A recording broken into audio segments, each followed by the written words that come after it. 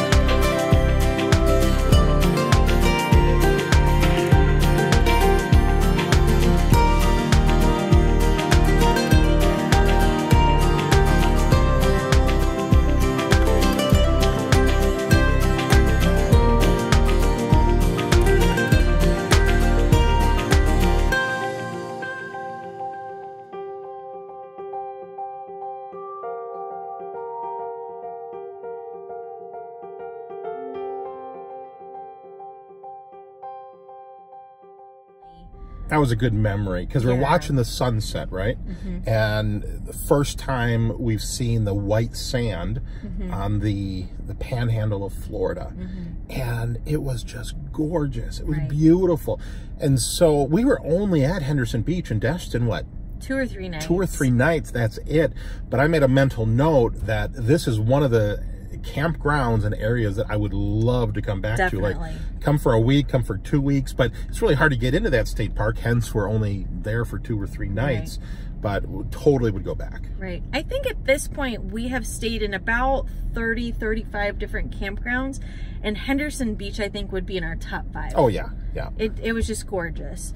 So we really enjoyed being out on the beach. We had a picnic out there one day, and it's too cold to swim, but to dip your toes in and just kind of play around in the powdery sand, it was a lot of fun. It was fun because knowing that up in Illinois and Wisconsin, family and friends, they have like -5-degree weather and snowstorms, and here we are in Florida on the beach. It was a good feeling. Well, and to have escaped all that. Yeah. So we really enjoyed our time at Henderson Beach, and then we really just went down the street Like about 20 minutes. To Topsail. I think they say Topsail. Topsail? It's Topsail, but Topsail Hill Preserve State Park. This was another beautiful state park.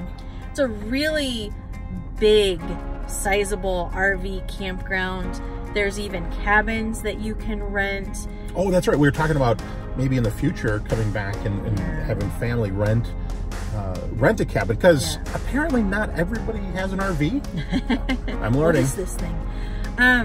So yeah, that would be a great place to have a family gathering, but it was a huge RV park. There were lots of hiking trails. There was a swimming pool that was not usable for us at the time. It was under construction? Yeah, they were actually adding more RV slots, and so it was closed for the time being, but lots of things to do, and you could take a tram to the beach because it is a little bit of a hike from the park. But we drove down the highway from that state park, and there was a beautiful beach there too. I forget the name of that town or the village, but it was just to the east of Topsail State Park, right along the coast.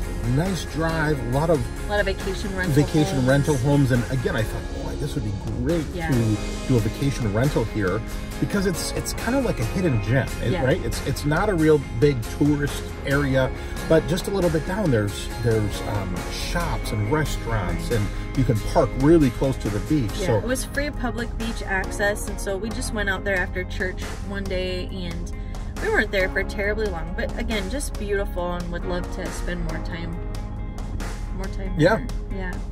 So Trisha, what do you think of the beach here? Perfect. Nicest beaches ever in the Destin area. The white sand, blue Emerald waters. Coast, they call it. And even though it's a little cloudy and overcast, it's still just very enjoyable to be out here. So we'd love to come back on a warm day and enjoy the water. So then after Topsail Hill, we went north to Niceville. So you have to cross the bayou one more time. Because so far these were out on like the barrier islands right. of the Panhandle. So we have to cross the bayou to get north out of the mainland again. So Pensacola and Destin and a little bit further east is all known as the Emerald Coast. The water is just this beautiful green turquoise color, and but it's like on these islands like Joe's talking about, and then you cross the bayou and then there's Niceville, and it's kind of a cute, quaint name, but it really is kind of a nice area. Nice. It's cute, and so we stayed at Fred Gannon Rocky Bayou State Park, and again, just another nice little state park. I wouldn't say that this was necessarily as nice as these beach. But the slots were big. The slots were big. And the hiking trails were awesome. Yeah, there were a couple short little hiking trails through the woods, and we really enjoyed taking advantage of those as a family.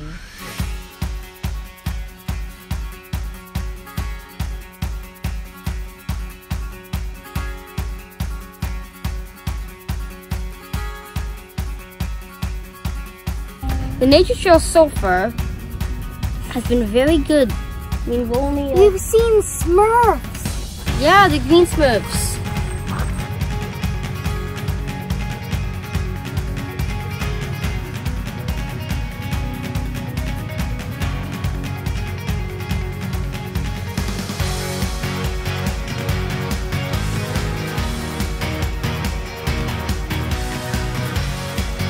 What do you think, Joe? It's beautiful. Look how calm the bayou is. Pretty glassy.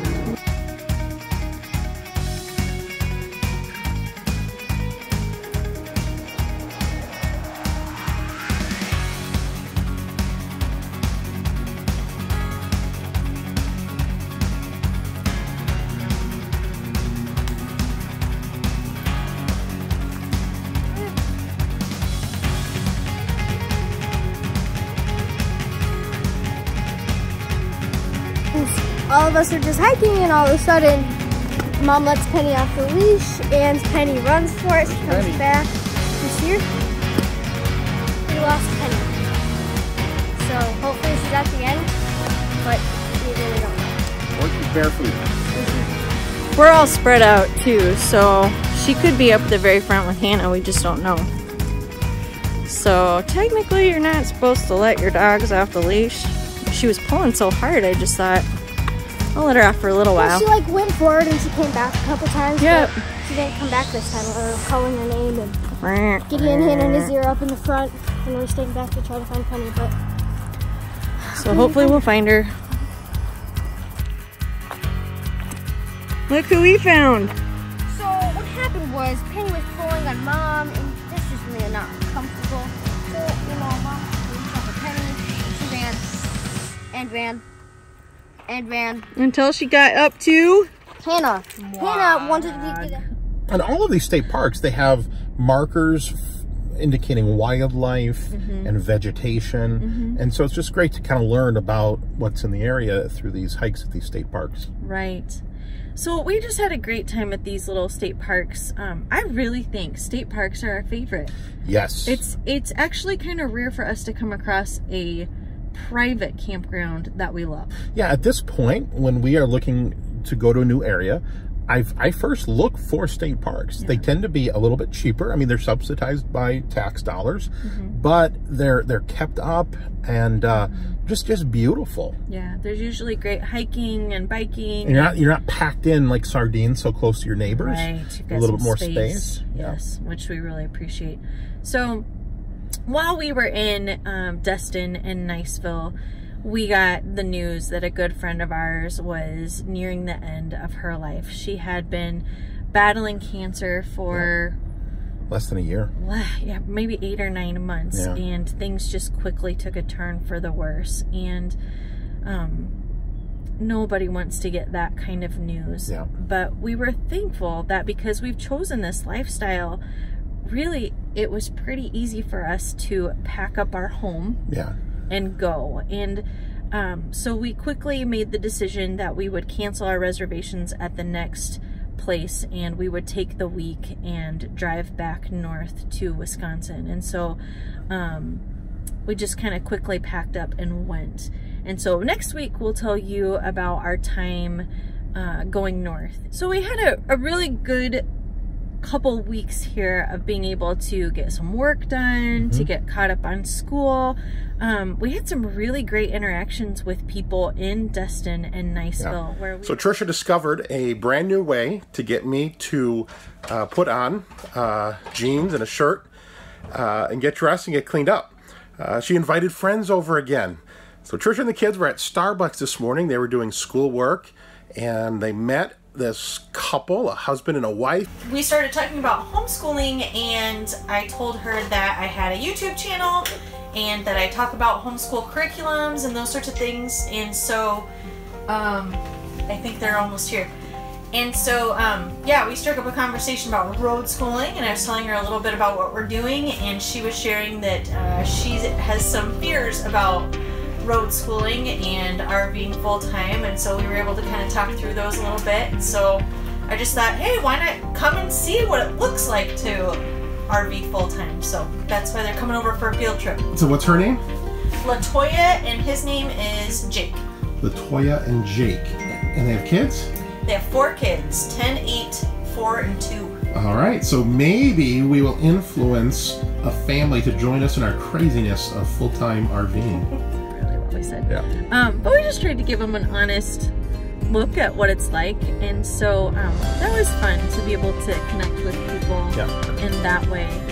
So even though our Florida journey this winter did not include South Florida in the warmer weather, warmer waters, we still got to see a lot of the Panhandle and the state parks. And even though we were hopping around the state parks, we weren't in any one very long, we really enjoyed getting to see the Panhandle and got a good flavor of different areas, different state parks. And you know, we're making a list of areas that we would maybe want to come back to someday and spend longer time in. There's many places on our travels we've been to that we said we don't want to come back here, but here in the Panhandle we've found some, and that's been a good time. Yeah, so we wanted to explore Florida.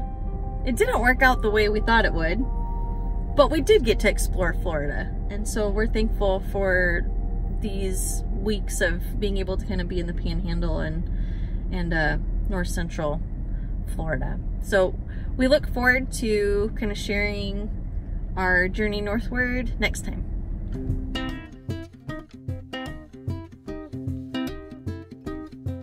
I believe I can fly.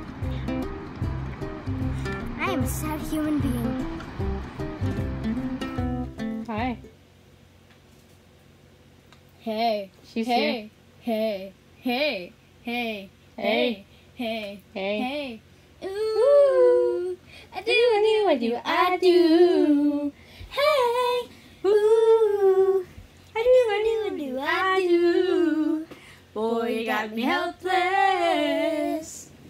Look into your eyes and the sky's the limit. I'm helpless. My mom, the one who's filming, is saying that cardinals are called cardinals, but they're called red jays. They're red. They look exactly like blue jays, so they're red jays. They're the female version of blue jays, but no, they're called cardinals. I'm gonna call them what I want to call them. This is my life.